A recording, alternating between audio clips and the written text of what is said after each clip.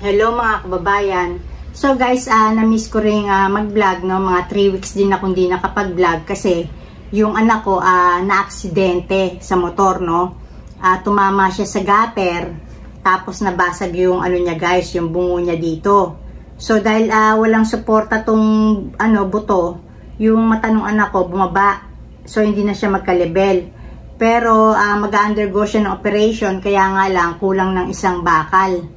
May isang bakal pa na kailangan, yung pinaka-importante, yung osteopor mesh number 1, no? Ayun sana, no, loobin ng Diyos na mahanap ko kung saan meron no, para matuloy na yung operasyon ng anak ko.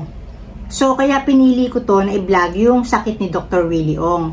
Kasi kung ako naniniwala ako na pagagalingin ng Diyos, fully and fully yung anak ko, no?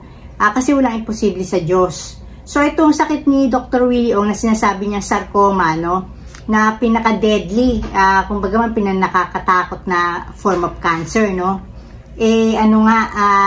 Para sa akin, pagagalingin pa rin ng Diyos si Dr. Willie Ong sa kabila ng sarcoma na to. Kasi alam nyo guys, ang Diyos natin talaga, naniniwala ako ang Diyos ay beyond time, beyond space, beyond matter. So ibig sabihin ko, hindi siya limited na halimbawa kahit na stage 4 na yan, di ba? Although hindi man sinabi ni Dr. Willie Ong na stage 4 na siya. Pero ang sinasabi ko lang, ang cancer, no guys, no, above and beyond dyan ang Diyos. Kumbaga man, hindi limited ang Diyos na porket stage 4 na yan, hindi nagagaling ang isang sakit, di ba?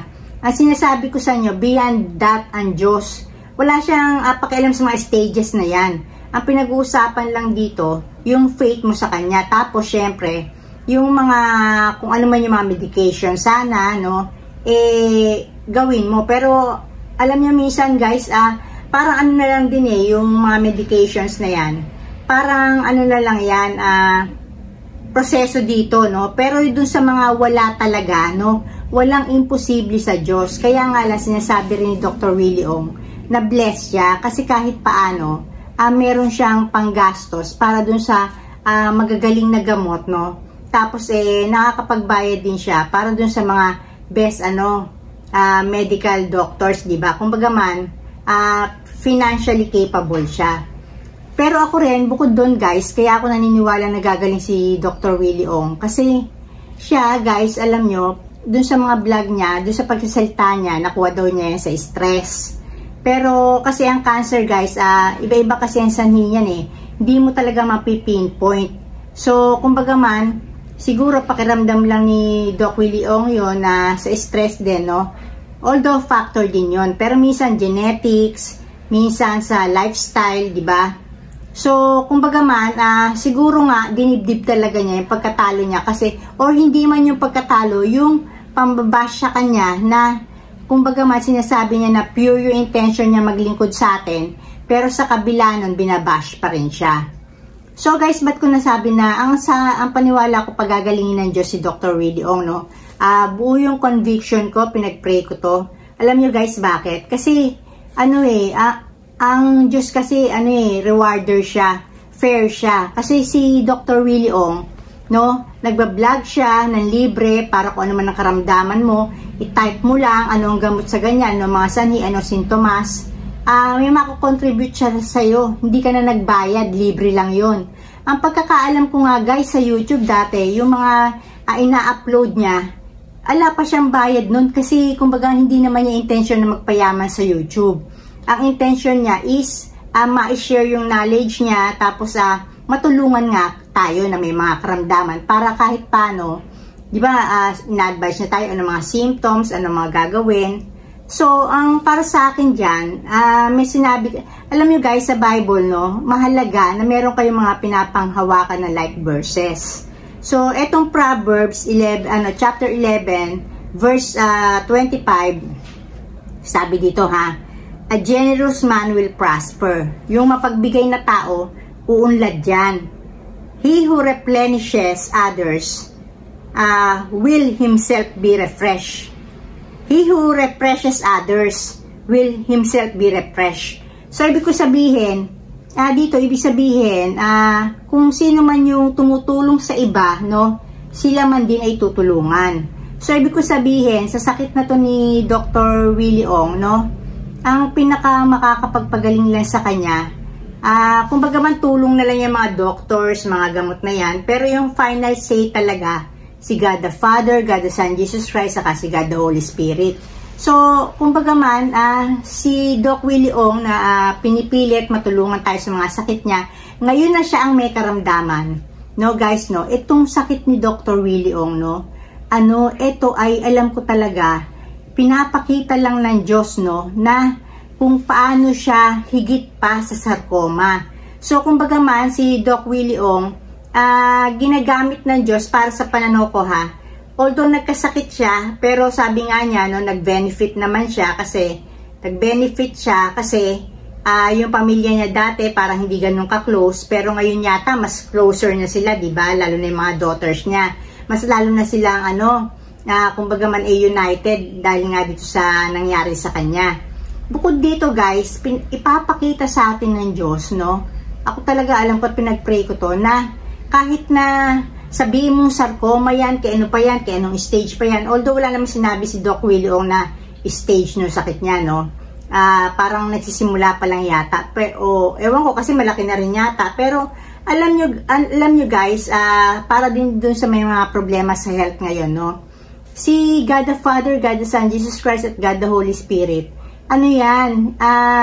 beyond time sila, beyond matter. Hindi sila limited by time, space, matter. So, ibig sabihin ko lang, ang Diyos, hindi mo, kasi Diyos nga pag sinabi mo Diyos, hindi yan tao. Meron siyang, God is mighty, di ba? Powerful. Kumbaga, hindi siya yung basta sinabi mo stage 4 na, hopeless na, hindi na niya kaya yung gamutin. Walang ganun-ganun sa Diyos. So, kumbaga man, para sa akin, gagaling pa rin si Doc Willie Ong.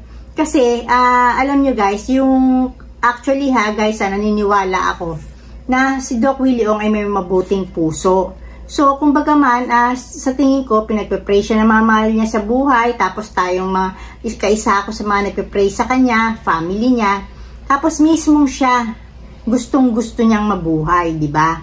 So, eto na pumapasok yung James chapter 5, verses 16 to 17. The prayer of a righteous person is powerful and effective. So, kumbaga man, yung prayer ng mabuting tao, guys, pinakikinggan niya ng Diyos. Kumbaga, may special kang Talaga naman hindi naman tayo pantay-pantay sa paningin ng Diyos Kasi mas close sa Kanya yung mga matuwid. Yung ears niya, nandoon sa mga hinaing o man prayers na mga matutuwid. Hindi tayo pantay-pantay sa paningin ng Diyos. Para nila Abraham, di ba?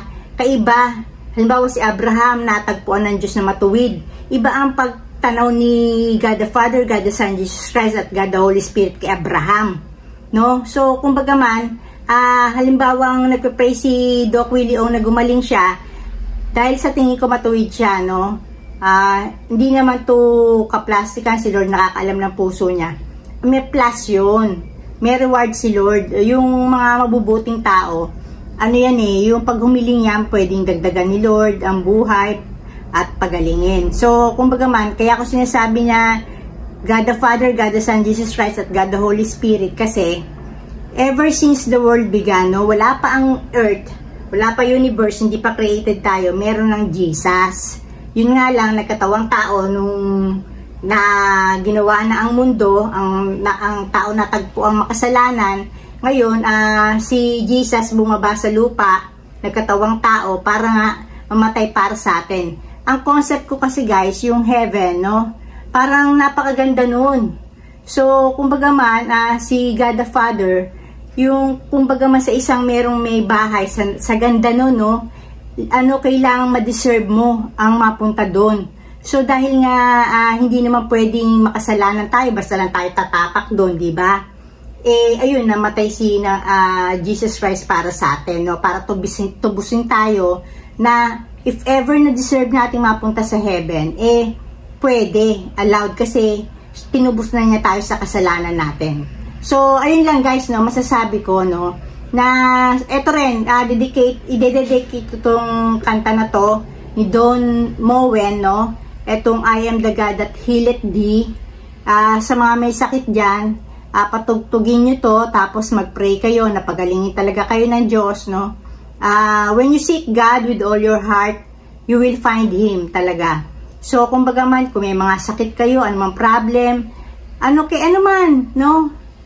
Come to God, no? Seek Him with all your heart, saka talagang mag-pray kayo, no, na talagang sincere, talagang matatagpuan nyo siya.